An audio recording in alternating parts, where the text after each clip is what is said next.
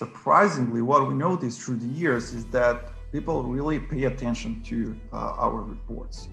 So we've seen examples with key contacts, like, for example, the CRO of a renowned furniture brand who is not our client, sharing how proud the company is that they made the top 15 with our index and ranking. So this tells us that yes, those communities are very important.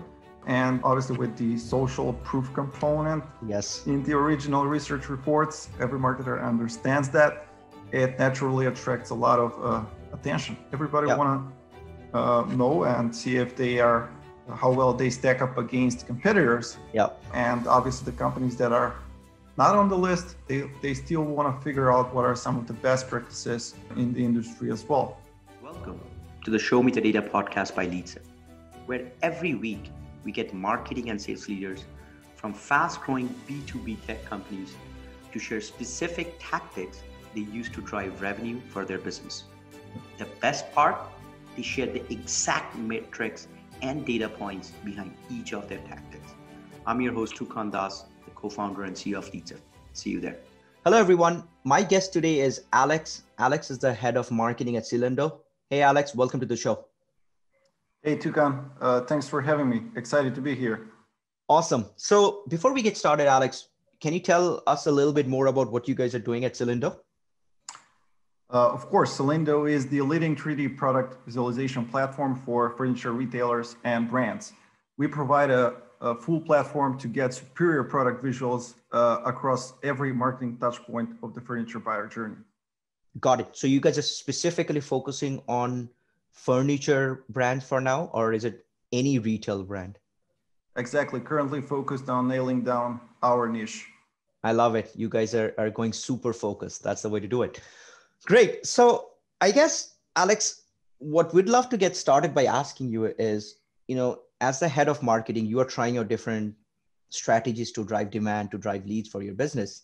What is the strategy that has worked the best for you guys with regards to lead generation or demand generation?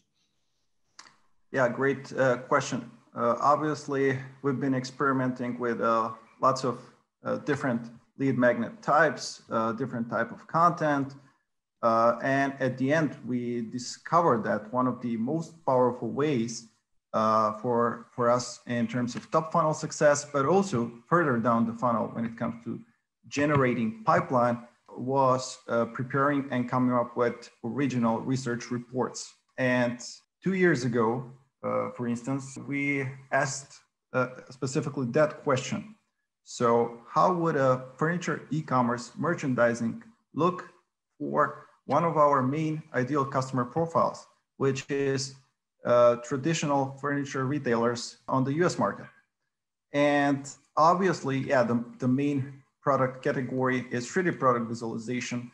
But when it comes to our content marketing strategy, we go broadly. As the thought leader in the space, we analyze and provide relevant content all the time around furniture e-commerce. So we asked what type of a thought leadership content will attract attention, but also provide applicable advice for our key segment of US-based retailers. And then we came up with the idea of picking up that list of 100 retailers and analyzing each one of those against 17 key drivers of success. It includes everything from customization, web AR, then reviews, recommendations, looking at the room scenes offering, every important feature that matters and contributes to a success in the e-commerce game. And the results were mind-blowing.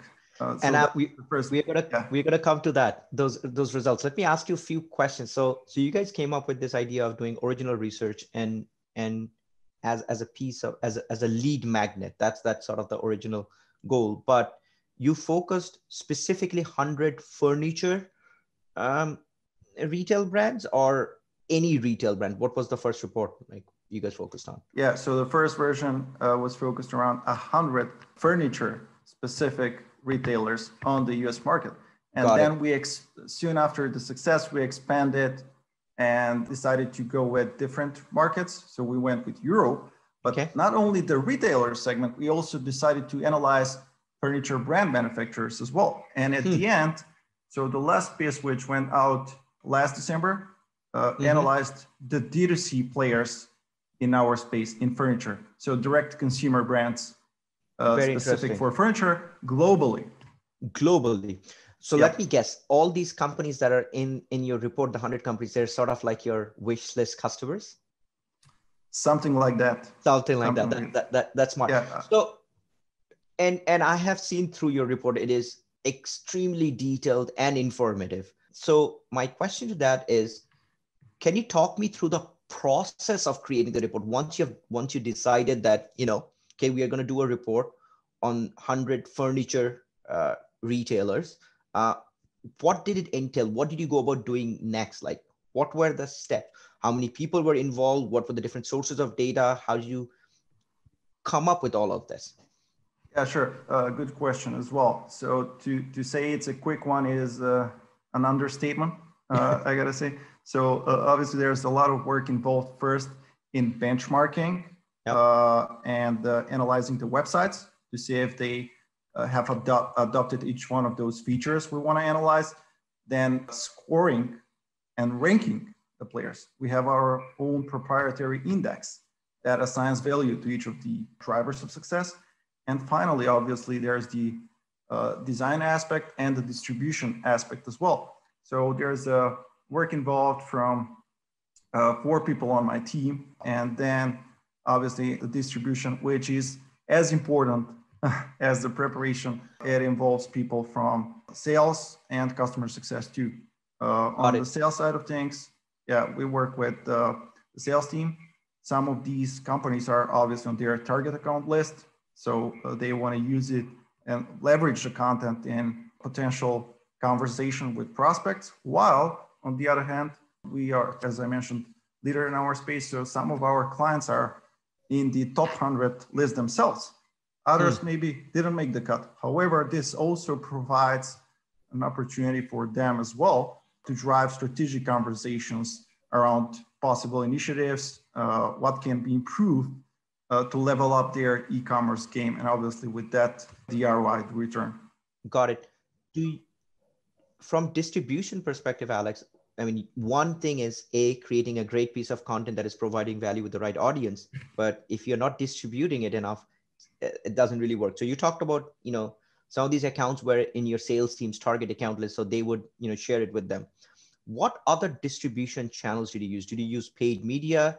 Were you using PR or something? Like, what were different things that you used? Yeah, great question again. So at its essence, we want to treat the report, each of these reports, as a account-based program. So we want to engage the right people at the right accounts, right? The companies that are featured in the report. And we can actually pull out 3 main distribution plays here. There's the inbound part, also paid ads. So that's on the marketing side of things. Then we got outbound sales engagement, and finally client marketing.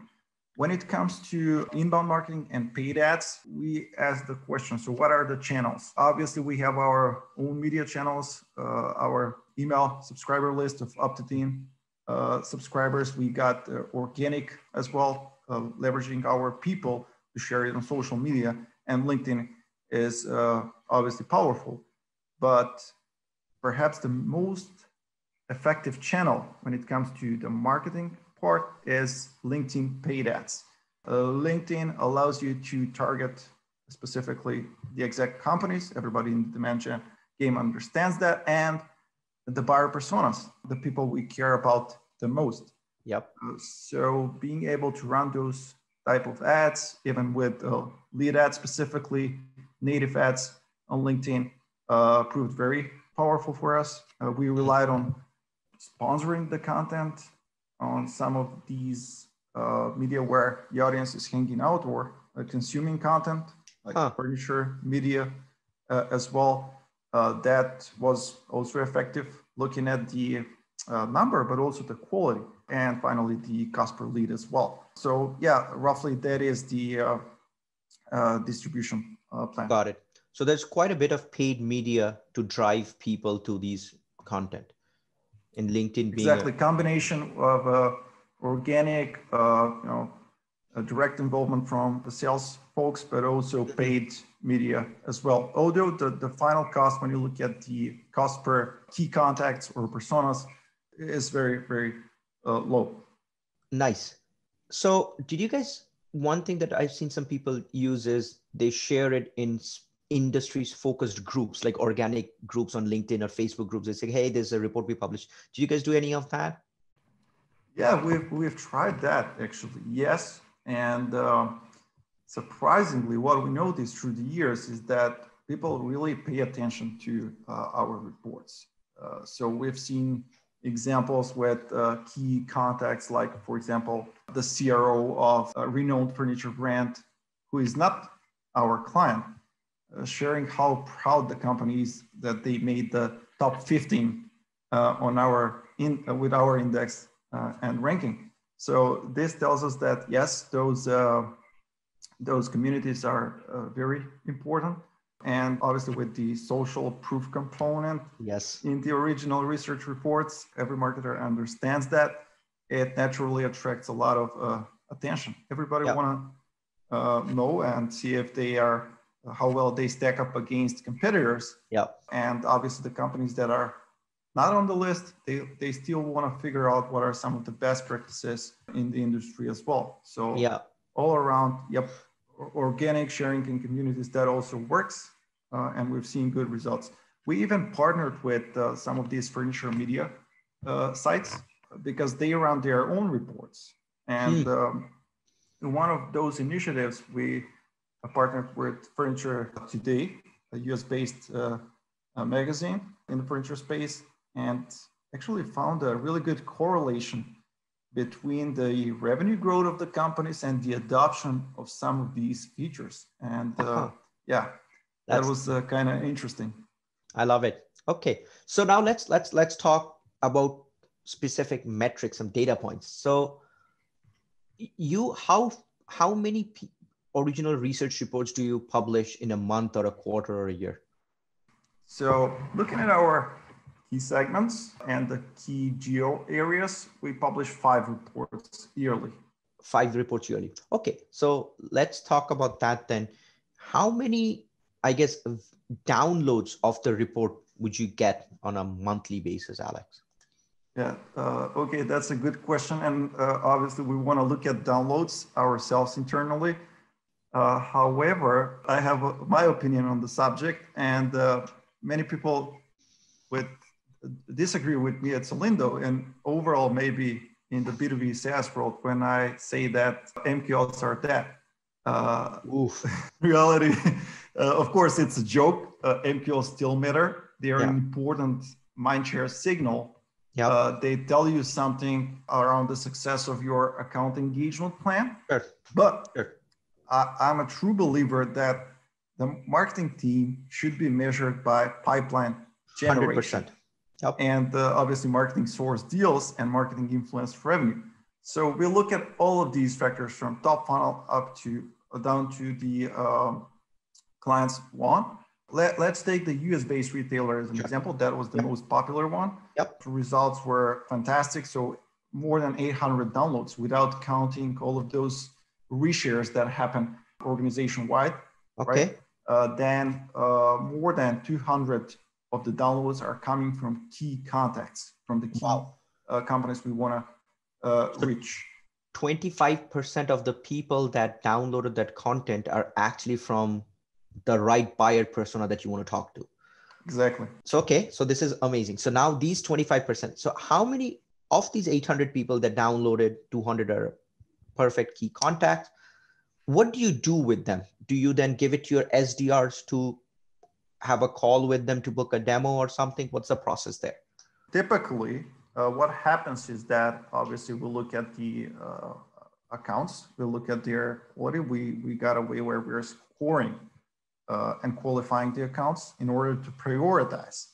And then the SDR obviously follows up with the most important companies and the key folks, obviously the C-suite, our personas like director of e-commerce, marketing, people will be treated with a personalized approach versus less important leads, right? So it's an approach where the SDR undertakes the next actions, but it's kind of like a subtle way to introduce ourselves, right? We are asking what's on their radar when it comes to strategic approaches, asking if they found value in the report, what are they thinking for the next year, where they want to improve. And that way we are able to obviously set ourselves apart as the consultant, the advisor. Yeah. And that allowed us to directly book meetings with key prospect companies. So you are not so you're not asking for a meeting right away to these people that they're reaching out to? Never, almost never. So obviously the SDRs do not report to marketing, but we still work closely. The marketing, sales, and customer success, the whole three teams, part of the revenue team, are well integrated. We need to have that process of alignment, right? So that's why we are aware, we understand how they approach things. And yes, it's always about personalization, trying to spark a conversation first. Then if there's a fit, obviously asking for the meeting or a discovery call where we would find out what they care about the most. What percentage of these people that are fit or that downloaded ended up booking a meeting and sort of moved down the funnel, become an opportunity? Well, we are actually in the enterprise sale world. So it's not easy convincing and getting tons of meetings. Yeah. In our case, looking at taking that factor into consideration, we were able to book 10 meetings with key accounts just based on that report, on a single report, the US-based retailers report. Some of these companies are still in an active deal cycle, while we managed to get 2 clients based on that campaign. Wow. So that is a really great result. Yeah. That's a great ROI. That's a great ROI given the enterprise sales cycle that you guys have. So, exactly. And out of those 10 meetings that you booked and 2 deals closed, how many of them were reported in the top 100? Were any of them, or they were all reported in there? The 2 of them. Two of them were listed in the top 100? Exactly. So one of them is actually can be directly attributed to the campaign, because that's how it all started. The whole conversation was based on the report findings, while the other one, I'll say it's a marketing influence revenue. I want to see what the impact from marketing is. And we noticed that we were already engaged with the account. However, seeing a couple of key contacts downloading the report served as a revenue acceleration 100%. tactic. It helps us, drive that conversation and close that deal faster. So as the head of marketing, then doing these reports, publishing these 5 reports a year, what is the main KPI that you yourself want to measure yourself objectively for these reports? Obviously, it's not MQLs, meaning not leads downloaded. Like, what is the KPI that you would like to measure on a quarterly basis, let's say, for these reports? Yep. Good question. Obviously, as I said, although we want to look at every metric because we want to optimize across the full funnel, right? Most important metric, the North Star metric, at least when you look at the reports, but also in general, is perhaps net new ARR associated to a specific campaign. Did it drive any clients? What was the deal size in general? That's what I would care about the most, but also secondarily, pipeline generation. So what was the value from the inbound source? But also marketing influence revenue, because as I said, sales leverages the content as well. 100%. If you look at attribution models, it's a sales generated lead, but in the end of the day, it's a content produced by marketing. So that's what matters the most. Yeah, no, that's look amazing. At the full picture. Yeah. Very good. Quickly then, Alex, what are different tech stack? Like, what are different tools are you using to run the marketing, specifically around creating this content distribution? Like, what are the tools are you using? So when it comes to preparing content, Yeah. let's start with the resources. So, Sure. And also the people involved. We, as I mentioned earlier, we bet heavily on content marketing. So our content marketing manager, she's a genius. She produces top-notch content, and we've been able to, get a huge brand awareness because of the fact that we answer more buyer questions through different forms of Yep. content. So obviously it starts with here, and we rely in terms of tech, rely on HubSpot. Okay. The whole revenue team leverages CRM, marketing, sales software. But you also want to obviously make sure, as I said, that the content gets to the right audience. We reach, attract, and delight the right type of prospects and clients. And the digital marketer on the team leverages HubSpot, also a lot of other tools as well to execute campaigns. Look at, in a way, to intent data as well. We use a couple of tools that allow us to uncover not only if, not only to see the downloads, but also if the right companies are coming on our site and what the behavior is, what pages they visit, how long are they on our website, and obviously if there's any intent, so we can be a little bit more aggressive on the outbound. Are you using like Leadfeeder or something from an intent? Like exactly. Currently, we're using a Leadfeeder along with HubSpot. Got it. Cool. And the reason my ears perked up is because at LeadSift we are all about intent. Again, third-party intent, what these retailers would be doing outside. So that's very interesting to understand the process. So one question to ask you then, Alex, I mean, while wrapping up is, we have at LeadSift, we have been thinking about creating, these industry reports. We have created some original research reports, and they're always the most downloaded, the best performing content, like hands down. But one thing I realized looking at your report is the level of research and the effort it goes in to create this. So if someone is thinking of using, original research report as a way to drive demand, what are certain things that they should look out for or keep in mind when thinking of this as a strategy? Yeah, well, plan for at least 3 to 4 weeks of preparation. Well, okay, that's for sure. Then the other thing is, so you should ask yourself, what are some of the burning things and what are the most important factors of success for your ideal clients? You want to analyze that and obviously measure adoption, right?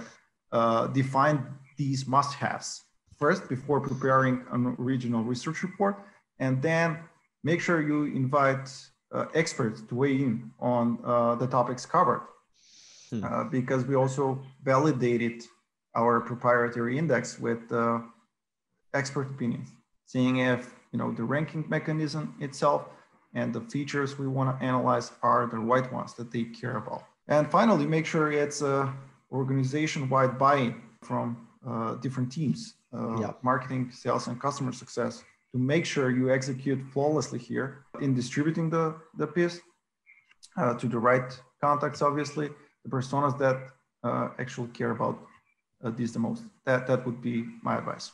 Yeah, no, that's great. And one, I should have asked this earlier. All these assets are gated, right? These are all gated content.